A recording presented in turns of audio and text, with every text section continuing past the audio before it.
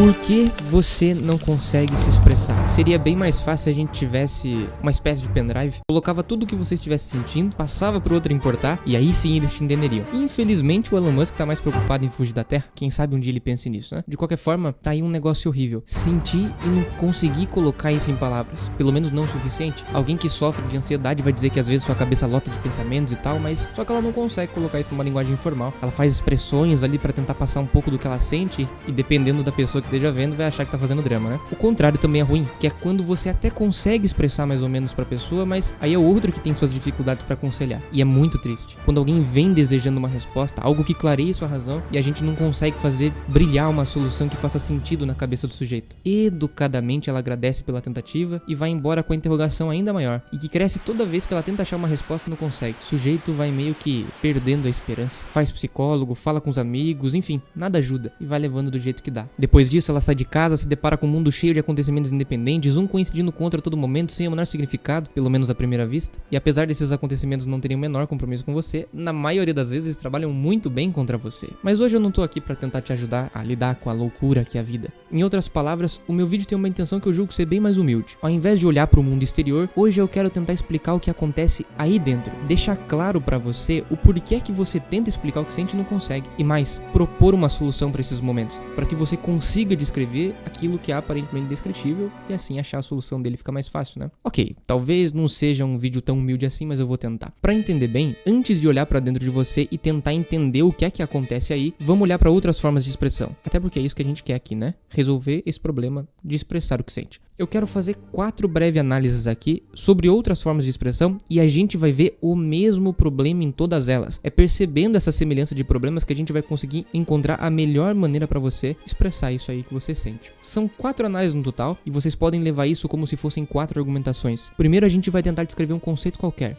que vai ser tempo.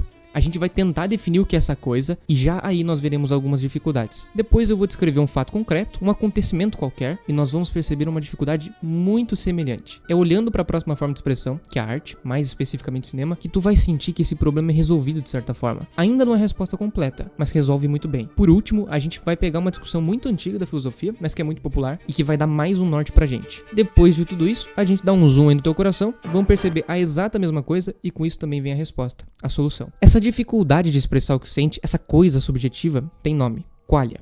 Um experimento mental que se costuma usar para explicar o que é isso é o quarto de Mary. Lá, uma garota chamada Mary cresce num laboratório preto e branco. Tudo preto e branco. Isso significa que na vida dela, ela nunca enxergou nenhuma cor. Só que tem uma coisa, ela estudou tudo. Absolutamente tudo sobre a luz, sobre como esse processo acontece no nosso cérebro. Que ela sabe exatamente, por exemplo, o comprimento da onda da cor vermelha. Um dia, ela sai desse laboratório e tem contato com uma maçã vermelha. A pergunta é a seguinte: será que a Mary obteve um novo conhecimento sobre a cor? Será que só com o conhecimento científico que ela tinha, que era tudo, ela conseguiria imaginar que assim seria o vermelho? Enfim, o experimento mental é bem legal, mas a discussão é bem dificilzinha. O que importa aqui pra gente é que essa experiência que a Mary teve ao ter contato com a maçã vermelha pela primeira vez, isso que ela sentiu e que só ela sentiu, é a qualia. Se a Mary quisesse descrever como foi aquilo, ela teria muita dificuldade. A mesma dificuldade que a gente tá sentindo aqui na nossa vida prática para explicar o que sente. Mas não é só dentro de você ou olhando para um experimento fictício que isso acontece. Uma vez perguntaram para um sujeito: o que é o tempo? E ele deu uma resposta muito sábia: olha, quando não me perguntam eu sei. Agora,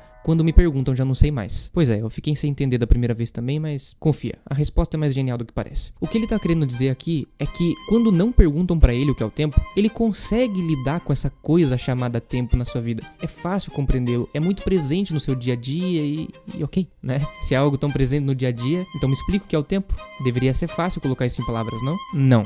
A resposta é não. Quando tu bate o olho não parece, mas isso não é simplesmente uma pergunta. É no fundo também um pedido de transição. Você tá querendo que eu pegue a percepção que eu tenho de tempo, ou seja, a minha experiência, e passe isso para uma linguagem. Mas é difícil. A definição que se dá quando se pesquisa no Google é: o tempo é uma grandeza física presente não apenas no cotidiano como também, e eu não vou nem continuar. Porque por mais perfeita que fosse a definição do nosso amigo Google, essa definição não parece descrever a realidade tal qual ela é. Sempre parece que fica faltando algo. Eu usei o exemplo do tempo porque foi isso que perguntaram a Santo Agostinho. Mas tente colocar em palavras, por exemplo, o que é o amor. E você vai ter a mesma dificuldade. Não vai dar pra trazer tudo de fato o que é o amor numa linguagem formal, numa linguagem racional. E é exatamente isso que os filósofos tentam fazer desde sempre. Passar um pouquinho do mundo real pro mundo da razão. Seja um conceito percebido no mundo real, como o tempo que a gente viu, ou um acontecimento qualquer. Por exemplo, imagine que você viu um assassinato. Aconteceu bem na sua frente. O assassino saiu correndo pra não ser preso e quando a polícia chegou só tinha você pra relatar o caso. E eles pedem uma descrição do ocorrido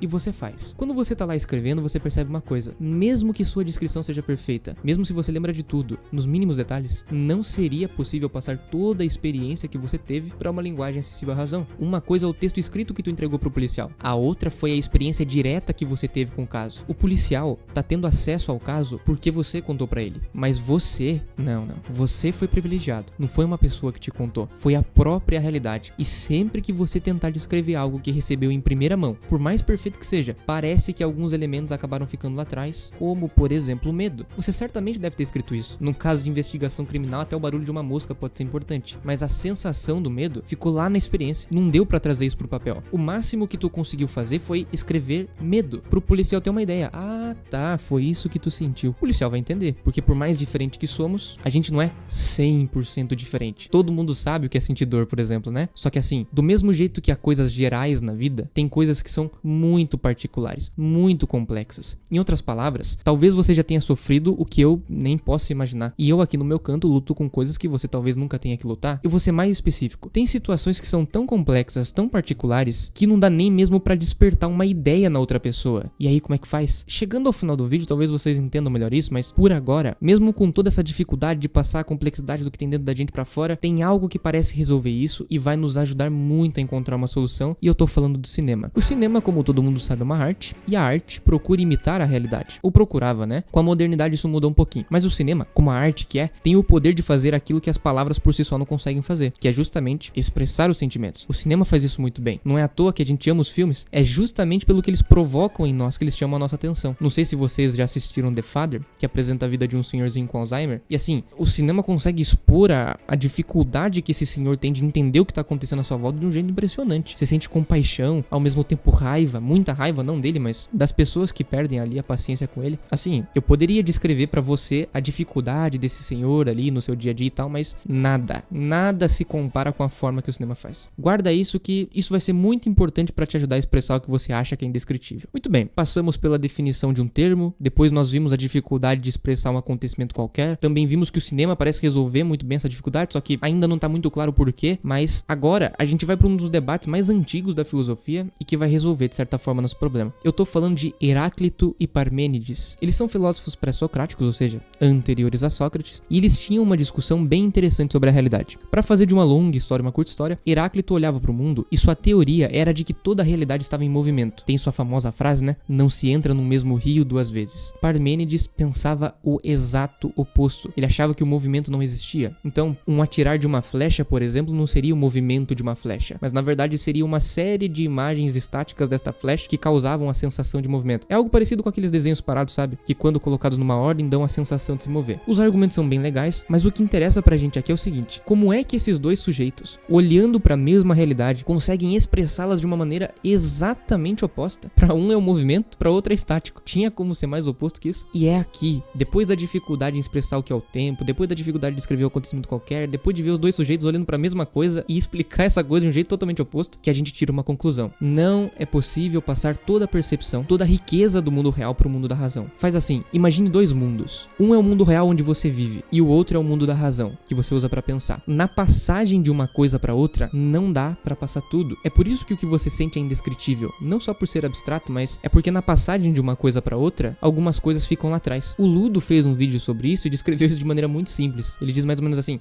o que você sente quando ouve isso? E aí aparece, né, lá o sonzinho do PlayStation e ele diz de novo: em mim causa nostalgia, mas parece ser muito mais que isso. E não é que parece, de fato é muito mais. Só que quando ele passou aquilo que ele sente no mundo real pro mundo da razão, não deu pra trazer tudo, e isso é uma limitação nossa. Mas o cinema, que foi uma das artes que eu usei de exemplo, resolve esse problema. É verdade que o que você sente é indescritível, mas não é incomunicável. A próxima vez que você for tentar explicar o que você sente pra uma pessoa, não use palavras, use símbolos, imagens, cenas, pode ser de filme, pode ser de cenas literárias, em outras palavras, use arte. A música faz isso muito bem, né? Os vídeos, no sentido mais lato da palavra arte, até esse vídeo aqui que tu tá assistindo pode ser considerado arte. Então, use esses simbolismos, utilize do imaginário. Teve um tempinho que eu tinha um negócio chamado escrúpulo, que não cabe aqui explicar muito o que é, mas era algo que me machucava muito. Eu entrava em grandes conflitos mentais, assim e tal. O negócio era tanto, mas tanto, que pra tentar explicar isso, eu dizia que eu desejava morrer, e de fato desejava, pra me encontrar com Deus, rasgar o meu peito e pedir pra que ele apontasse onde é que tava o problema, quais as mentiras que eu tinha contado pra mim, onde é que tava o erro, tintim por tintim. Eu queria, de certa forma, uma certeza absoluta que resolvesse esses meus conflitos mentais. Mais tarde eu descobri que esse negócio de certeza absoluta é meio besteira, mas percebe que através dessa cena você consegue imaginar, pelo menos um pouco, o quanto isso era ruim pra mim. Tente fazer isso da próxima vez. Não use palavras, use o imaginário. É por isso que os mitos, por exemplo, são importantes. Eu era aquele tipo de cara chato que olhava pros mitos e dizia, pra que eu vou ver isso? É tudo mentira mesmo? Mas não é esse o ponto. É que tanto os mitos, quanto a literatura, quanto o cinema enriquecem o nosso imaginário. É aqui que nós vemos uma quantidade de possibilidades, de particularidades que nós podemos usar para expressar aquilo que a gente sente. E os autores têm essa capacidade um pouco mais... pouco não, né? Muito mais aguçada. De passar a realidade pro papel, não de forma prosaica como eu tô fazendo aqui com vocês, mas com poesia. Isso ajuda muito. E essa é a tristeza de quem não tem contato com esse tipo de coisa. Seja os mitos, a literatura, os filmes, porque sem isso, você não tem imaginário suficiente para explicar o que sente e nem mesmo consegue entender bem o outro. A literatura ou qualquer outra arte tem muito mais a oferecer e esse é apenas um. Se você quiser expressar o que sente, esqueça as palavras. De fato é indescritível, mas é possível comunicar. Tenha contato com esses símbolos na literatura, no cinema, na música, nos filmes, enfim. Na escola, a arte é passada de uma maneira muito chata, mas realmente é muito importante. Enfim, até a próxima e eu acho que já pegou, né? Os 100 mil inscritos. Então, muito obrigado. Deus abençoe a cada um de vocês. Em breve eu mostro a foto da plaquinha aí. Valeu, é nóis. Tchau.